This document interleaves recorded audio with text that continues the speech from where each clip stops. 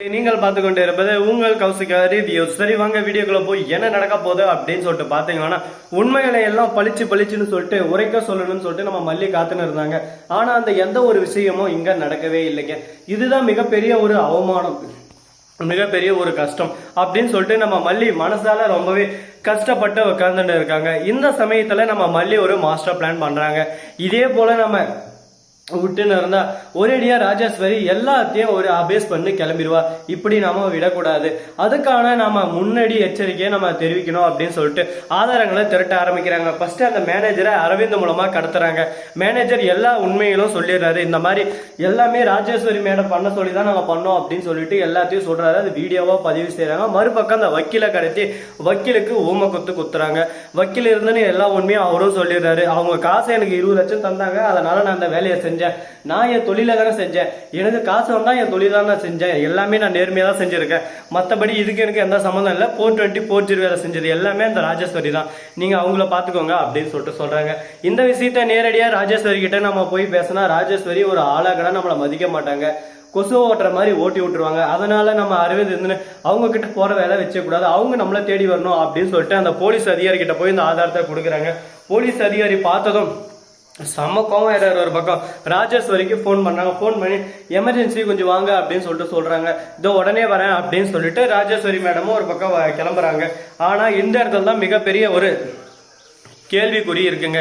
என்னடா சொல்ற அப்படின்னு சொல்லிட்டு பாத்தீங்கன்னா நம்ம ராஜேஸ்வரி இருக்காங்களா, அவங்க இருந்து அந்த போலீஸ் அதிகாரிக்கு ஆல்ரெடி 5 லட்சம் கொடுத்து வச்சிருக்காரு. அந்த போலீஸ் அதிகாரி இங்க சமாதானமா பேசுற மாதிரி பேசி விஜய் விட்டுற மாதிரி சொல்லி அந்த ஆதாரத்தை எல்லாம் வாங்கிக்கிட்டு அந்த ஆதாரத்தை எல்லாம் எரெஸ்ட் பண்ணிடலாம் அப்படின்னு சொல்லிட்டு ஒரு முடிவுல இருக்காங்க. இப்ப என்ன செய்ய போறாங்க, ஏது செய்ய போறாங்கன்னு சொல்லிட்டு தெரியலைங்க. அந்த போலீஸ் அதிகாரி அரவிந்த் மல்லி இவங்க 2 பேரும் கொடுக்க போற எவிடன்ஸை கரெக்டா பயன்படுத்தி நம்ம விஜயை வெளியே எடுப்பாரா, இல்ல ராஜேஸ்வரி கொடுத்த காசுக்கு அவங்களுக்கு உண்மையா இருந்து விஜயை ஒரேடியே ஜெயில தள்ளுவாரா அப்படின்ற ஒன்னும் புரியாத ஒரு கேள்விக்குரியாதாங்க நம்ம மல்லி சீரியல் இப்போதைக்கு ரொம்பவே தொடரா போயிட்டு இருக்கு. சரி போனது போகட்டும், ஆனது ஆகட்டும் அப்படின்னு சொல்லிட்டு இருந்தாலும் ராஜேஸ்வரி வந்ததும் ஃபர்ஸ்ட் அவங்கள மிரட்ட ஆரம்பிச்சாங்க. என்ன மேடம், நீங்க பண்ண வேலைக்கு எல்லாமே நீங்க சும்மா விஜய் மேல பழி போட்டு வச்சிருக்கீங்க, நீங்க தான் தப்பு செஞ்சது, தப்புக்கான ஆதாரம் எங்க கிட்ட இருக்கு, இப்ப நீங்களா தப்பா ஒத்துக்கிட்டா உங்களுக்கு குறைந்த தண்டனை, அப்படி இல்லை நான் ஒத்துக்க மாட்டேன், நான் பண்ணது எல்லாமே சரிதான், இதுக்கு எனக்கு எந்த சம்மதம் இல்லை அப்படின்னு சொல்லிட்டு வீண்டா விவகாரமா நீங்க சண்டை போட்டுருந்தா ஒண்ணுமே பண்ண முடியாது மேடம், அதுக்கப்புறம் நீங்களும் ஜெயில முழிக்கிற மாதிரி இருக்கும், விஜயும் ஜெயில முழிக்கிற மாதிரி இருக்கும் அப்படின்னு சொல்லிட்டு சொல்றாங்க. உடனே சரி நான் பண்ணது தப்பு தான், நான் கேஸை வாபஸ் வாங்க சொல்றேன், அவங்க கிட்ட போய் ஷேர் பார்ட்னர்ஸ் கிட்ட நீங்க சொன்னா எப்படி மேடம் கேட்பாங்க. சார் நீங்க நினைக்கிற மாதிரி எதுவுமே நடக்கல, எல்லாமே நான் பிளான் பண்ணதான், அவங்களே நான் காசு கொடுத்து விலைக்கு வாங்கிட்டேன், அவங்க கிட்ட நான் சொன்னா கேட்பாங்க அப்படின்னு சொல்லிட்டு ஒரு முடிவை சொல்றாங்க. இதுக்கப்புறம் என்ன செய்ய போறாங்க, ஏது செய்ய போறாங்க அப்படின்றதான் இப்போதைக்கான கேள்விக்குறியா போயிட்டு இருக்கு.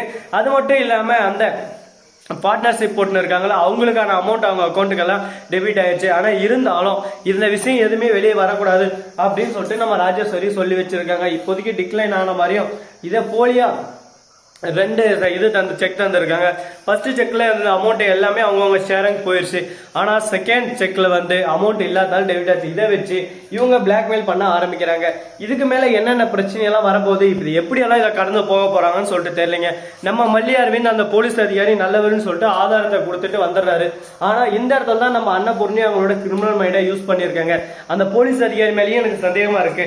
அந்த ஆதாரத்தை இன்னொரு காப்பி எடுத்து வச்சுக்கலாம் அப்படின்னு சொல்லிட்டு 2-3 போனுக்கு காப்பி அடிச்சு வச்சிருக்காங்க. அரவிந்த் போனுக்கும் மறுபக்கம் நம்ம அன்னபூர்ணிக்கும்.